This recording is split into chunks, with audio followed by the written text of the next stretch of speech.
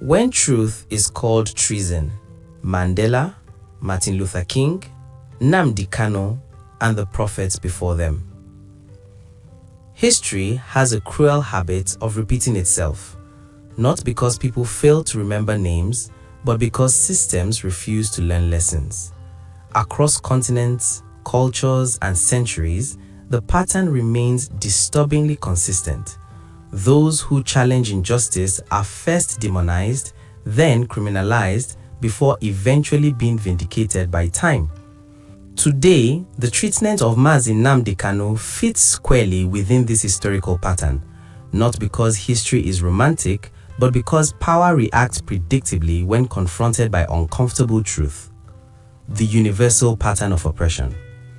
Before a society admits injustice, it usually does three things.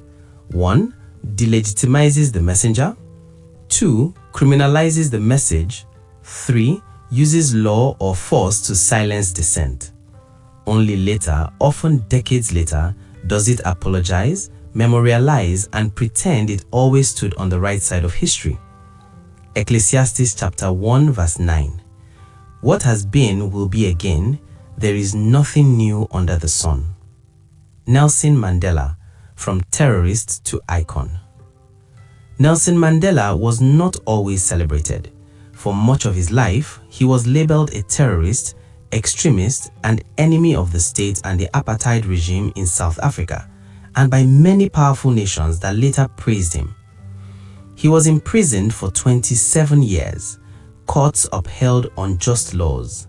Judges applied legality without morality. The system insisted it was maintaining order. But what was really being protected was injustice. Mandela himself later said that the law had become an instrument of oppression, not justice. His imprisonment did not end apartheid. It exposed it. Proverbs chapter 21 verse 15. When justice is done, it brings joy to the righteous, but terror to evildoers. South Africa did not collapse because Mandela was released. It was saved because injustice was confronted. Martin Luther King Jr. The danger of peaceful truth. Martin Luther King Jr. was non-violent, deeply Christian, and committed to peaceful reform, yet he was still labeled dangerous. He was arrested multiple times, branded a threat to national security, monitored and harassed by state institutions. His crime was insisting that unjust laws are not true laws. Amos chapter 5 verse 24. Let justice roll down like waters. That scripture was central to King's theology and dangerous to those benefiting from inequality. In his letter from Birmingham, King warned that moderates who preferred order over justice were more dangerous than open racists. Silence, he argued, was betrayal. History now honors King, but during his life, the system treated him as a destabilizer. The biblical prophets, imprisoned for obedience. Long before Nelson Mandela or MLK, biblical prophets suffered the same fate. Jeremiah was imprisoned for warning Judah of injustice. Elijah was haunted for confronting corrupt power. John the Baptist was jailed and executed for speaking truth to authority. None of them were arrested for violence. They were punished for truth-telling. Jeremiah chapter 20 verse 2. Pashhur struck Jeremiah and put him in the stocks.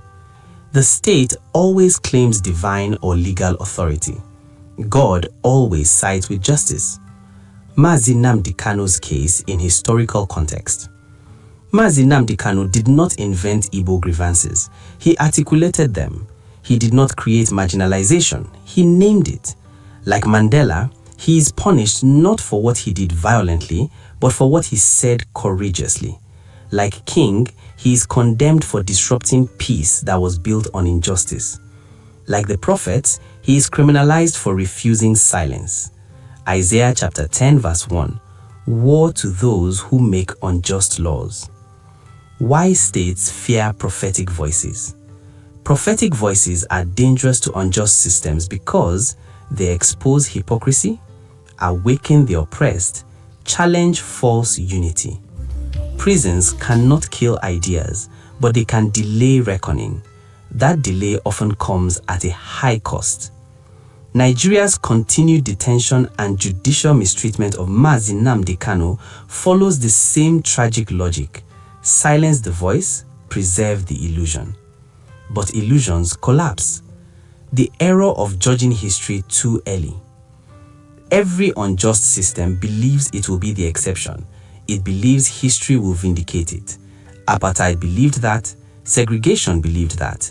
Biblical kings believed that. They were all wrong. Psalms 37 verse 12 to 13. The wicked plot against the righteous, but the Lord laughs at the wicked, for he sees that their day is coming. The question is not whether history will judge, but who it will vindicate. The role of courts in history. Courts once upheld apartheid laws. Courts once upheld segregation. Courts once condemned prophets.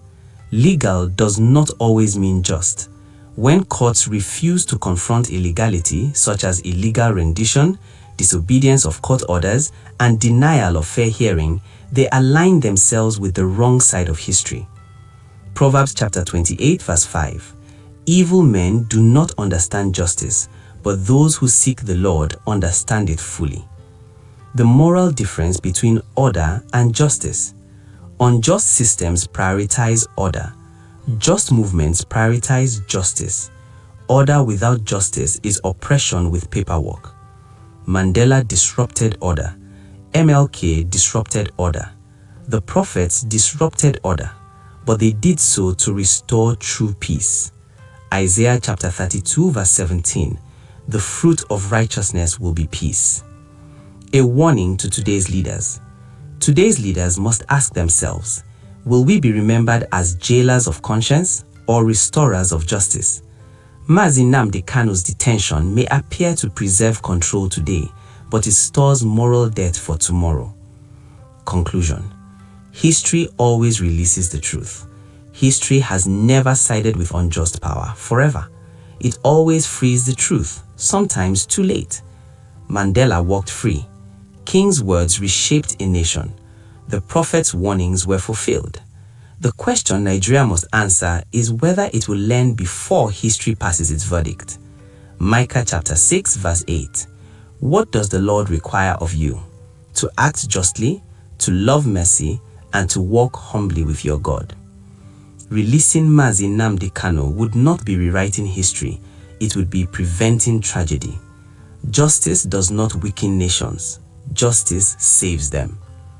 Don't forget to follow me for more insightful and informative content like this one every day. Stay tuned and see you on the next episode.